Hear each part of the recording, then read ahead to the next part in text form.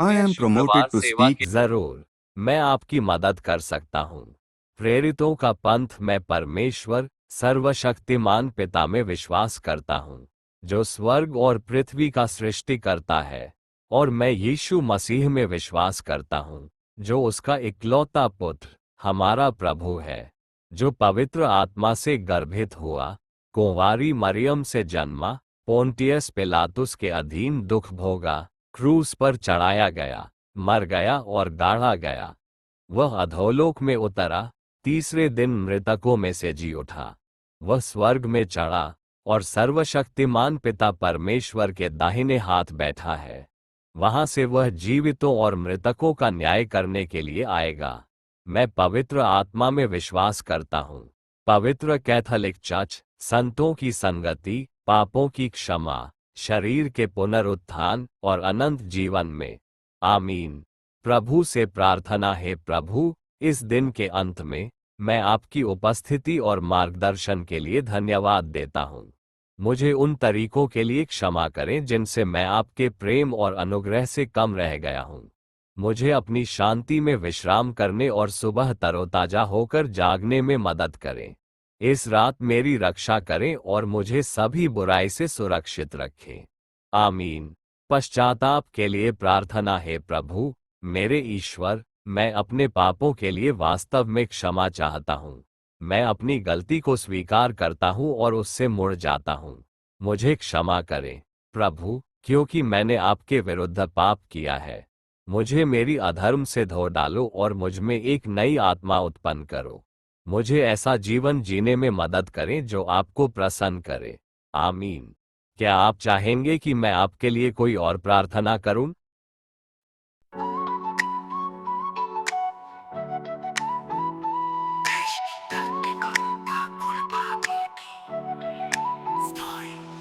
देश की धरती का कुर्बानी दी, वीरों ने अपनी जवानी दी। खून से सींची ये मिट्टी, हर कण में बसी अमर कहानी दी। हिमालय सा ऊंचा हौसला था, सागर सी गहरी थी निष्ठा। मातृभूमि की रक्षा के खातिर हंसते हंसते दी अपनी हस्ती। सरहद पर गरजे रण में दहाड़े, दुश्मन की तोड़ी हर दीवार। भारत माँ के चरणों में अर्पित जीवन की अंतिम सांस भी दी।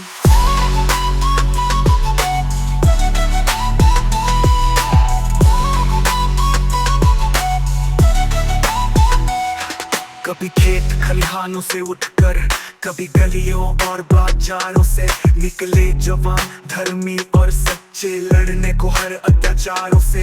बलिदान की ज्वाला में चलकर आजादी का सूरज चमकाया। अंधेरों से लड़कर उजाला किया, हर सुबह नई रोशनी दी। सुबह नई रोशनी दी।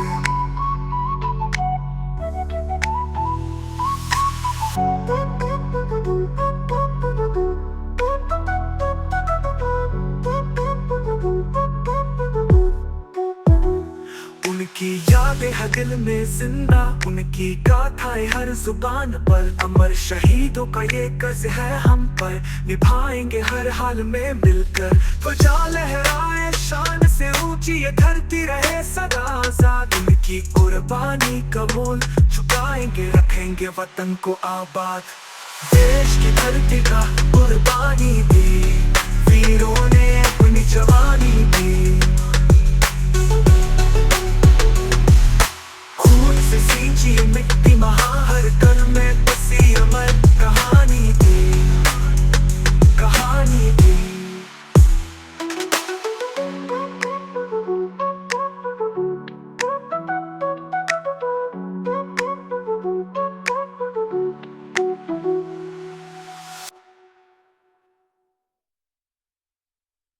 प्यारे परिवार, प्रिय प्यारे भाइयों बहनों, बच्चों व युवाओं, मैं मार्सेलिना होरो हूँ।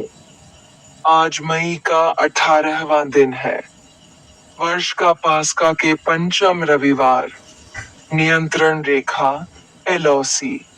जो भारत और पाकिस्तान को अलग करने वाली अस्थिर वास्तविक सीमा है, पर रहना हमेशा नाजुक शांति और खुले संघर्ष के बीच तलवार की धार पर रहना है। पहलगाम हमले के बाद हाल ही में हुई तनातनी ने भारत और पाकिस्तान को एक बार फिर से कगार पर ला खड़ा किया है। एलओसी के दोनों तरफ से गोले बरस रहे हैं, जिससे घर मलबे में तब्दील हो गए हैं और जिंदगियां आंकड़ों में तब्दील हो गई हैं।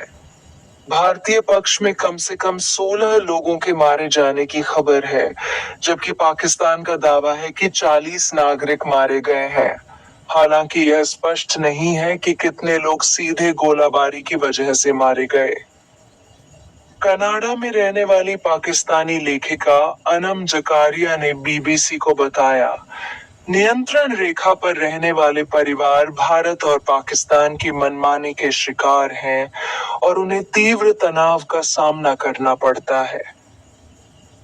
पाकिस्तान प्रशासित कश्मीर पर एक किताब की लेखिका जकारिया ने कहा, हर बार जब गोलीबारी शुरू होती है तो कई लोग बंकरों में चले जाते हैं।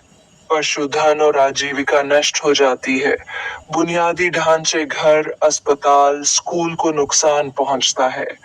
जो भेद्यता और अस्थिरता का अनुभव होता है, उसका उनके दैनिक जीवन पर गंभीर प्रभाव पड़ता है। प्रथम बाइबल पद पर बोले, सबोपदेशक अध्याय 4 पद संख्या 12 में बोले, यदि कोई अकेले पर प्रबल हो तो हो, परंतु दो उसका सामना कर सकेंगे। जो डोरी 3 तागे से बटी हो वह जल्दी नहीं टूटती। अर्थ, यह नीति वचन एकता और सहयोग के महत्व पर जोर देता है। यह बताता है कि अकेला व्यक्ति आसानी से पराजित हो सकता है, लेकिन 2 व्यक्ति मिलकर उसका सामना कर सकते हैं। इससे भी अधिक, 3 तागों से बनी रस्सी बहुत मजबूत होती है और आसानी से नहीं टूटती। यह पद व्यक्तिगत और सामूहिक रूप से चुनौतियों का सामना करने में समुदाय, साझेदारी और आपसी समर्थन की शक्ति को दर्शाता है। द्वितीय बाइबल पद पर बोले, संत मत्ती का पवित्र सुसमाचार अध्याय 22 पद संख्या 37 में बोले, उसने उससे कहा, तू परमेश्वर अपने प्रभु से अपने सारे मन और अपने सारे प्राण और अपनी सारी बुद्धि के साथ प्रेम रख। अर्थ, यह यीशु द्वारा दी गई सबसे बड़ी आज्ञा है। यह सिखाता है कि मनुष्य का परम कर्तव्य परमेश्वर से पूर्ण हृदय, पूर्ण प्राण और पूर्ण बुद्धि से प्रेम करना है। यह केवल एक भावना नहीं है, बल्कि हमारे पूरे अस्तित्व का परमेश्वर के प्रति पूर्ण समर्पण और प्रतिबद्धता है। यह आज्ञा सभी अन्य आज्ञाओं का आधार है। तृतीय बाइबल पद पर बोले, यशायाह ग्रंथ अध्याय 54 पद संख्या 10 में बोले, वे भूखे और प्यासे न होंगे, न लूह और न घाम उन्हें लगेगा, क्योंकि वह जो उन पर दया करता है वही उनका अगुआ होगा और जल के सोतों के पास उन्हें ले चलेगा। अर्थ, यह पद परमेश्वर के अपने लोगों के लिए भविष्य की सुरक्षा और प्रावधान का एक सुंदर चित्रण है। यह भविष्यवाणी करता है कि परमेश्वर उन्हें मार्गदर्शन करेंगे और उनकी सभी आवश्यकताओं को पूरा करेंगे। उन्हें न तो भूख लगेगी, न प्यास, और न ही उन्हें कठोर मौसम की मार सहनी पड़ेगी। परमेश्वर जो उन पर दया करते हैं उन्हें जल के झरनों के पास ले जाएंगे, जो प्रचुरता और जीवन का प्रतीक है। यह परमेश्वर की देखभाल और अपने अनुयायियों के लिए उनके कोमल नेतृत्व का आश्वासन देता है। आखिरी बाइबल पद पर बोले, संत लूका का पवित्र सुसमाचार अध्याय 5 पद संख्या 31 और 32 में बोले, यीशु ने उनको उत्तर दिया, वैद्य भले चंगों के लिए नहीं, परंतु बीमारों के लिए अवश्य है। मैं धर्मियों को नहीं, परंतु पापियों को मन फिराने के लिए बुलाने आया हूं। अर्थ: यीशु यहाँ उन फरीसियों की आलोचना का जवाब दे रहे हैं जो उनके पापियों और कर वसूलने वालों के साथ खाने पर आपत्ति जता रहे थे। वह एक दृष्टांत का उपयोग करते हुए बताते हैं कि जैसे बीमारों को स्वस्थ होने के लिए डॉक्टर की आवश्यकता होती है, वैसे ही पापियों को आध्यात्मिक चंगाई और पश्चाताप के लिए उनकी आवश्यकता है। यीशु स्पष्ट करते हैं कि उनका मिशन उन लोगों को बुलाना है जो अपनी आध्यात्मिक आवश्यकता को पहचानते हैं और पश्चाताप करने के इच्छुक हैं, न कि उन लोगों को जो स्वयं को धर्मी मानते हैं और परिवर्तन की आवश्यकता महसूस नहीं करते। आइए प्रार्थना करें। हे माता मरियम, आज मई है। यह वर्ष 2025 का पंचम महीना है। प्रभु में आनंद लें। इसका अर्थ है स्वयं ईश्वर में आनंद, प्रसन्नता और संतुष्टि पाना। अंतिम आशीर्वाद की प्रार्थना। मृतकों के लिए प्रार्थना एक सामान्य और व्यापक अभ्यास है जो विभिन्न धर्मों में देखा जा सकता है। ये प्रार्थना आमतौर पर दिवंगत लोगों के लिए शांति, क्षमा और अनंत जीवन की कामना करते हैं। आमीन। मेरे YouTube चैनल को न भूलें।